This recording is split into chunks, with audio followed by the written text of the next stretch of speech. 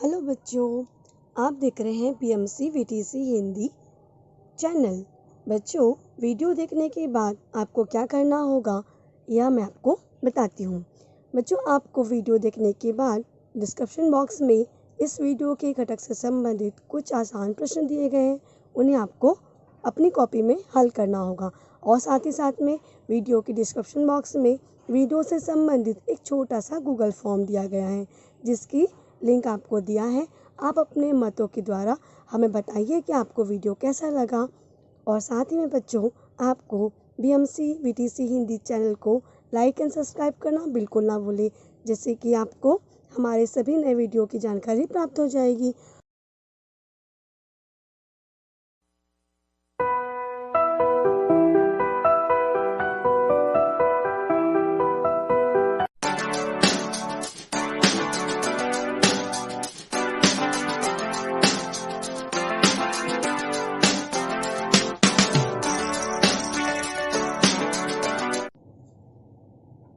नमस्कार मेरे प्यारे बच्चों, ब्रह्म मुंबई महानगर पालिका शिक्षण विभाग वीटीसी दादर, मैं आपकी मार्गदर्शिका राधा गुप्ता। आइए बच्चों, हम अपने विषय की ओर चलते हैं। 8वीं विषय हिंदी। मार्गदर्शिका है श्रीमती गीता त्रिपाठी।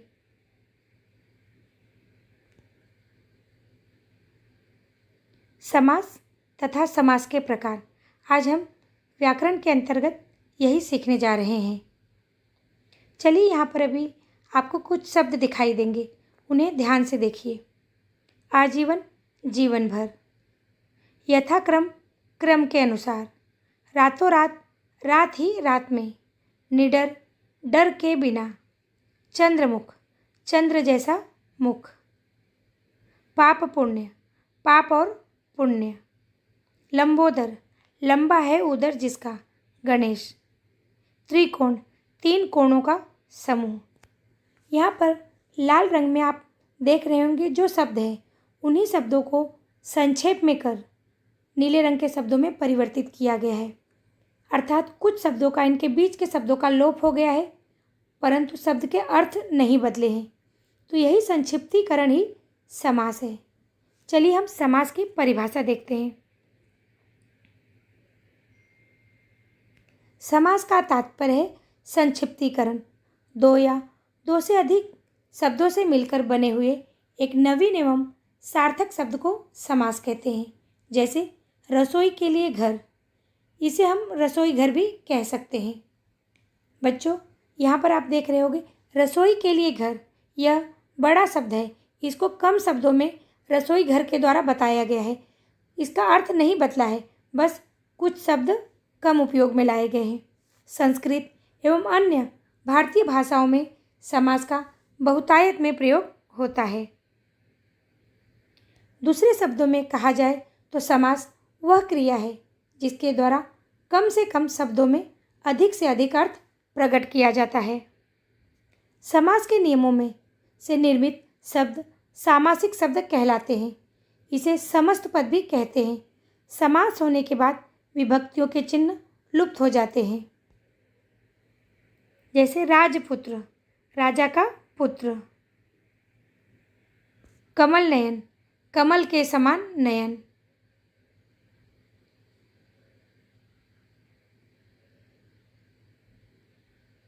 समास विग्रह। बच्चों, समास क्या है आपने जान लिया, लेकिन इसके साथ ही समास विग्रह यह जानना भी हमारे लिए उतना ही आवश्यक है। बहुत बार यह प्रश्न आता है, सामासिक शब्द दिए रहते हैं और कहा जाता है कि इसका विग्रह कीजिए। तो विग्रह का अर्थ क्या है और उसको कैसे करना है, उसके नियम क्या है, ये हम जानते हैं। सामासिक शब्दों के बीच के संबंधों को स्पष्ट करना समास विग्रह कहलाता है। विग्रह के पश्चात सामासिक शब्द का लोप हो जाता है। जैसे राजवंश, राजा का वंशज। अब पूर्व पद और उत्तर पद। समास में दो पदों पर विचार किया जाता है। दो पद अर्थात दो शब्द। पहले पद को पूर्व पद और दूसरे पद को उत्तर पद कहते हैं। जैसे गंगा जल, इसमें गंगा पूर्व पद है और जल उत्तर पद है।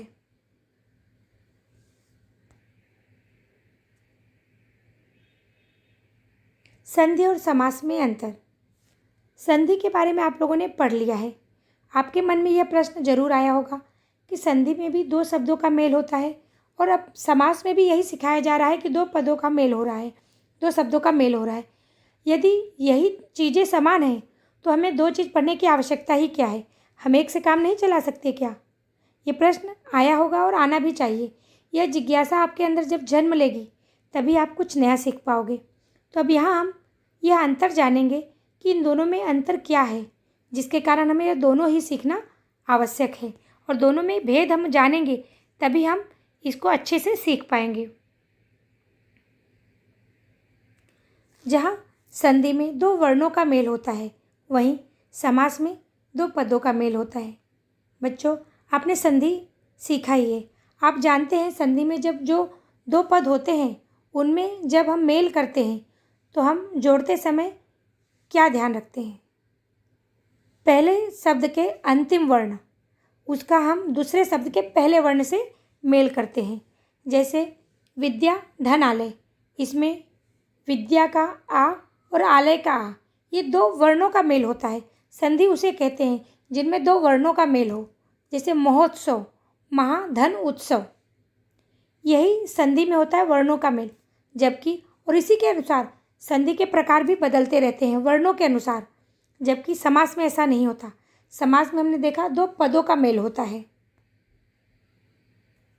संधि के तोड़ने को विच्छेद कहते हैं, जबकि समास का विग्रह होता है। जैसे पीतांबर में दो पद हैं, पीत और अंबर। यहाँ पर संधि और समास का अंतर स्पष्ट करने के लिए एक शब्द का उपयोग किया गया है और उसी के शब्द एक ही शब्द को लेकर संधि और समास दोनों के भेद को स्पष्ट किया गया है और वह शब्द है पीतांबर। पीत और अंबर इसके दो अलग अलग पद हैं। अब हम देखते हैं कि पहले संधि क्या होगी। संधि विच्छेद होगा पीत धन अंबर। पीतांबर को अगर हम संधि विच्छेद करेंगे तो पीत धन अंबर। संधि सिखाते समय मैंने आपको बताया था कि जब अ वर्ण अ से मिलता है तो उनका योग, दोनों वर्णों का योग आ में बदल जाता है। तो यहाँ पर पीत का अ और अंबर का आ, दोनों अ वर्णों का मेल हुआ और पीतांबर ता, यह आ की मात्रा बन गई। यह हुआ हमारा संधि। लेकिन अब हम देखते हैं समास में इन्हीं शब्दों में क्या अंतर होता है। जबकि सामासिक विग्रह होगा पीत है जिसका अंबर, ऐसे श्री कृष्ण। पीत अर्थात पीला, अंबर यानी वस्त्र। तो बच्चों, आपने देखा समासिक विग्रह यह कुछ अलग ही प्रकार हो गया है। पीत है अंबर जिसका, ऐसे श्री कृष्ण। तो संधि जहाँ सिर्फ दो वर्णों को उसने तोड़ा, उनको दो टुकड़ों में विभक्त किया, लेकिन समास ने ऐसा नहीं किया। समास ने उस शब्द को एक अलग ही अर्थ दिया है। तो यह संधि और समास का एक अंतर हुआ। चलिए अब हम और अंतर जान लेते हैं। हिंदी में संधि केवल तत्सम पदों में होती है, जबकि समास संस्कृत, तत्सम, हिंदी, उर्दू हर प्रकार के पदों में होता है। संधि में वर्णों के योग से वर्ण परिवर्तन भी होता है, जबकि समास में ऐसा नहीं होता। अभी हमने उदाहरण देखा था पीत धन अंबर, दोनों अ की मात्रा मिलकर पीतांबर यानी ता, यह वर्ण परिवर्तन हुआ, जबकि समास में ऐसा नहीं होता। संधि के लिए दो वर्णों के मेल और विकार की गुंजाइश रहती है, जबकि समास में ये मेल या विकार नहीं होते। बच्चों, अब हमने संधि और समास के अंतर को जान लिया, अर्थात समास में हमको क्या नवीनता है, क्या सीखना है, यह हम समझ गए हैं। चलिए अब हम समास के भेद जानते हैं। अव्ययी भाव समास, इस समास में पूर्व पद प्रधान होता है। तत्पुरुष समास, इस समास में उत्तर पद प्रधान होता है। कर्मधारय समास, इस समास में भी उत्तर पद प्रधान होता है। द्वंद्व समास, यहाँ पर दोनों ही पद प्रधान होते हैं। द्विगु समास, यह इनमें पहला पद संख्यावाचक विशेषण होता है। और बहुव्रीहि समास, इसमें कोई भी पद प्रधान नहीं होता, बल्कि कोई तीसरा ही अर्थ निकलता है। अभी हमने पीतांबर इस उदाहरण के द्वारा यह देखा। बच्चों, जब आपके सामने यह एक सूची आ जाएगी तो आपको समास पहचानने में बिल्कुल भी कठिनाई नहीं होगी।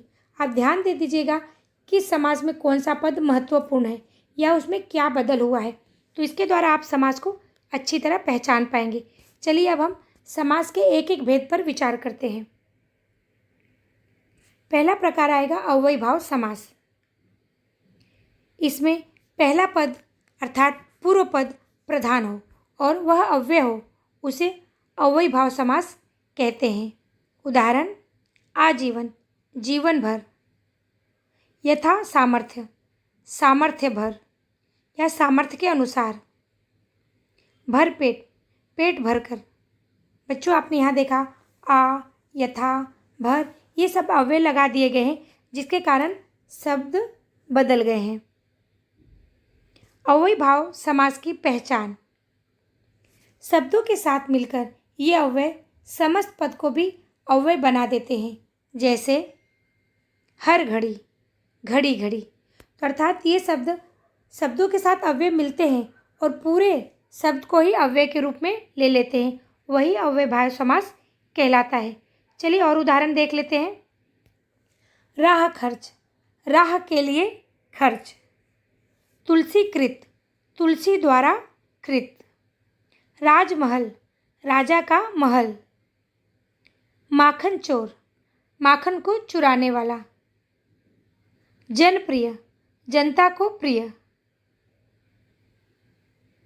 मन चाहा, मन से चाहा। रस भरा, रस से भरा। आंखों देखी, आंखों से देखी। स्नान घर, स्नान के लिए घर। रोग मुक्त, रोग से मुक्त। जलधारा, जल की धारा। वनवास, वन में वास। बच्चों यहाँ पर एक शब्द आया है माखन चोर। आपको ऐसा लग रहा होगा माखन चोर यह शब्द श्री कृष्ण जी के लिए भी उपयोग में लाया जाता है, तो यह तो एक बहुव्रीहि समास है, उसमें भी हम उपयोग में ला सकते हैं। बिल्कुल सही, यह ऐसा भी हो सकता है। लेकिन आप जब प्रश्न हल कीजिएगा तो देखिएगा कि आपको दो में से एक ही उदाहरण दिया जाएगा, या तो अव्ययी भाव समास कहा जाएगा या तो बहुव्रीहि। दोनों ही एक प्रश्न के लिए दोनों ही समास जो एक दूसरे में यूज़ हो सकते हैं, एक शब्द नहीं दिया जाएगा। अगर आपको बहुव्रीहि समास पूछा जाएगा और यह शब्द रहेगा तो आप इसका उपयोग वहाँ भी कर सकते हो। माखन चोर अर्थात माखन को चुराने वाले श्री कृष्ण, तो बहुव्रीहि समास में भी यह शब्द जा सकता है। लेकिन अगर बहुव्रीहि समास का नाम नहीं लिखा गया है तो यह समास अव्ययी भाव समास भी होगा, क्योंकि यहाँ पर माखन चोर में माखन यह पूर्व पद प्रधान है और यह अव्यय की तरह है, इसलिए यह अव्ययी भाव समास में भी आएगा। अब दूसरा प्रकार है तत्पुरुष समास। तत्पुरुष समास वह होता है जिसमें उत्तर पद प्रधान हो, अर्थात प्रथम पद गौण होता है और उत्तर पद की प्रधानता होती है। यह समास करते समय बीच की विभक्ति का लोप होता है। इस समास में आने वाले कारक चिन्ह जैसे को, के लिए, से, का, की, के, में, पर आदि का लोप होता है। जैसे मूर्ति को बनाने वाला मूर्तिकार, राजा को धोखा देने वाला राजद्रोही। चलिए और उदाहरण देख लेते हैं। परलोक गमन, परलोक को गमन। शरणागत, शरण को आया हुआ। गगनचुंबी, गगन को चूमने वाला। बच्चों आपने देखा होगा कि परलोक गमन, परलोक को गमन, तो जब परलोक को गमन इस शब्द का समास बनता है तो को यह विभक्ति का लोप हो जाता है। तो यहाँ तीनों शब्दों में को विभक्ति है जिनका समास बनते समय लोप हो गया है। रथ चालक, रथ को चलाने वाला। कमल अकष्ट साध्य, कष्ट से साध्य। अकाल पीड़ित, अकाल से पीड़ित। जन्मांध, जन्म से अंधा। राज दरबार, राजा का दरबार। पर्वतारोहण, पर्वत पर आरोहण। चलिए अब हम आगे बढ़ते हैं। कर्मधारय समास वह समास जिसका पहला पद विशेषण हो एवं दूसरा पद विशेष से हो अथवा पूर्व पद एवं उत्तर पद में उपमान और उपमेय का संबंध हो, वह कर्मधारय समास कहलाता है। बच्चों, यहाँ उपमान और उपमेय ये हो सकता है आपके लिए नवीन शब्द हो, तो यहाँ उपमान और उपमेय का अर्थ है एक शब्द ऐसा है जिसकी या वह उपमेय अर्थात ऐसा शब्द जिसके बारे में कुछ अधिक जानकारी दी गई है उपमान द्वारा। जैसे चंद्रमुख, यहाँ पर मुख या उपमेय होगा, उसको किसका उपमा दी गई है? चंद्रमा की, तो चंद्रमा या उपमान होगा। यानी हम जिसकी उपमा देते हैं, जिसके जैसा कहते हैं, तो यह उपमान और उपमेय शब्द का अर्थ होगा। इस समास का उत्तर पद प्रधान होता है एवं विग्रह करते समय दोनों पदों के बीच के समान, है, जो, रूपी में से किसी एक शब्द का प्रयोग होता है। बच्चों, आप इस बात को ध्यान रखिएगा, जब हम समास का विग्रह करते हैं तो उस विग्रह के समय के समान, है, जो, रूपी ये शब्द उसमें उपयोग में लाए जाते हैं। उदाहरण, चरण कमल, कमल के समान चरण। नील गगन, नीला है जो गगन। चलिए और उदाहरण देख लेते हैं। चरण कमल, कमल के समान चरण। चंद्रमुख, चंद्र जैसा मुख। महान आत्मा, महान है जो आत्मा। लाल मणि, लाल है जो मणि। देहलता, देह रूपी लता। नील गाय, नीली है जो गाय। शुभागमन, शुभ है जो आगमन। बच्चों, कर्मधारय समास के विग्रह में आपने देखा के समान, जैसा, है, जो, रूपी इन शब्दों का लोप समास बनाते समय हो जाता है। मृगलोचन, मृग के समान लोचन अर्थात आँख। तो ये सब कर्मधारय समास के उदाहरण हैं। चलिए अब आगे बढ़ते हैं। द्वंद्व समास, जिस समास में समस्त पद के दोनों पद प्रधान हैं या दोनों पद समान हो और दोनों पदों को मिलाते समय और, अथवा, या, एवं आदि योजक लुप्त हो जाए तो वह समास द्वंद्व समास कहलाता है। उदाहरण, अन्न जल, अन्न और जल। अपना पराया, अपना और पराया। रात दिन, रात और दिन। चलिए और उदाहरण देख लेते हैं। भला बुरा, भला और बुरा। छोटा बड़ा, छोटा और बड़ा। देश विदेश, देश और विदेश। खरा खोटा, खरा या खोटा। बच्चों, यहाँ पर और या तो या, ये जो विभक्ति, ये जो शब्द हैं ये वाक्य के अनुसार लगाए जा सकते हैं। माता पिता, माता और पिता। दूध दही, दूध और दही। भूल चूक, भूल या चूक। राधा कृष्ण, राधा और कृष्ण। चलिए आगे हम पढ़ते हैं। द्विगु समास, वह समास जिसका पहला पद संख्यावाचक विशेषण होता है तथा समस्त पद किसी समूह या फिर किसी समाहार का बोध कराता है, तो वह द्विगु समास होता है। द्विगु समास पहचानने का सबसे सरल तरीका है कि इनका पहला शब्द संख्या का बोध कराता है। उदाहरण, दोपहर, दो पहरों का समूह, इसमें दो यह संख्या है। पंचतंत्र, 5 तंत्रों का समूह। सप्ताह, 7 दिनों का समूह। ये उदाहरणों में आप देख रहे होंगे 2, 5, 7 ये सभी संख्याएं हैं। शताब्दी, 100 सालों का समूह। चौराहा, 4 राहों का समूह। त्रिकोण, 3 कोणों का समूह। तिरंगा, 3 रंगों का समूह। त्रिफला, 3 फलों का समूह। चारपाई, 4 पैरों का समूह। नवरत्न, 9 रत्नों का समूह। दो राह, 2 राहों का समाहार। छमाही, 6 माहों का समूह। बच्चों, अब हम बहुव्रीहि समास के बारे में जानते हैं। बहुव्रीहि समास ऐसा समास होता है जिसके समस्त पदों में से कोई भी पद प्रधान नहीं होता एवं दोनों पद मिलकर किसी तीसरे अर्थ की ओर ही संकेत करते हैं। बच्चों, अब तक हमने देखा किसी में पूर्व पद प्रधान होता है, किसी में उत्तर पद प्रधान होता है और किसी में तो दोनों पद ही प्रधान होते हैं। लेकिन बहुव्रीहि समास की विशेषता है कि इसमें कोई भी पद प्रधान नहीं होता, बल्कि इन पदों के मेल से कोई तीसरा ही अर्थ हमें पता चलता है। उदाहरण, गजानन, गज से आनन वाला, गज अर्थात हाथी और आनन अर्थात सिर, तो गज यानी हाथी के जैसे सिर वाला, तो ऐसे कौन है? श्री गणेश जी। चतुर्भुज, 4 हैं भुजाएं जिसकी, अर्थात विष्णु जी।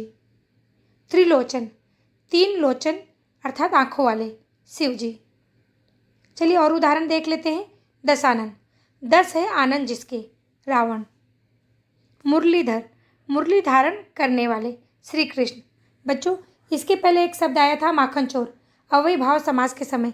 तब भी मैंने आपको बताया था कि माखन चोर इस शब्द का हम बहुव्रीहि समास में भी उपयोग कर सकते हैं। माखन चुराने वाले अर्थात श्री कृष्ण। निशाचर, रात में विचरण करने वाला अर्थात राक्षस। कलह प्रिय, कलह है प्रिय जिसको, अर्थात झगड़ालू। निर्धन, निर्गत है धन जिससे, निर्गत अर्थात लोभ, अर्थात जिसके पास धन नहीं है वैसा निर्धन। नीलकंठ, नीला है कंठ जिसका, शिव जी। गिरिधारी, गिरि को धारण करने वाले अर्थात श्री कृष्ण। पवन पुत्र, पवन के पुत्र अर्थात हनुमान जी। बच्चों, आपने अभी बहुव्रीहि समास और उसके उदाहरण देखे। इस तासिका द्वारा हमने समास, समास का विग्रह, समास के पद, संधि और समास का अंतर जाना। साथ ही साथ हमने समास के जो अलग अलग भेद है उनको भी जाना, उनके उदाहरण भी जाने। तो मुझे ऐसा लग रहा है कि आपको समास अच्छी तरह समझ में आ गया होगा और मैं आशा करती हूँ आप उसके सभी प्रकार को भी समझ गए होंगे और समास के पदों के अनुसार समास में क्या बदल होता है, उसका विग्रह कैसे किया जाता है, ये सारी बातें आप समझ गए होंगे। आज का विषय, आशा करती हूँ कि आप सभी को आज का विषय बहुत अच्छे समझ में आया होगा और एक बार इन मुद्दों पर आप ना समझ पाए हो तो आप इस वीडियो को वापस से देखिएगा, समझ में जरूर आएगा आपको। और हाँ बच्चों, बीएमसी जो चैनल है इसे लाइक एंड सब्सक्राइब करना बिल्कुल ना भूलें, बेल आइकन को दबाना और भी ना भूलें, क्योंकि अगर आप बेल आइकन को दबाते हैं तो आपको नए नोटिफिकेशंस अपलोडिंग वीडियो के मिलते रहेंगे। थैंक यू बच्चों, घर पे रहिए, सुरक्षित रहिए, अपना ध्यान रखिए।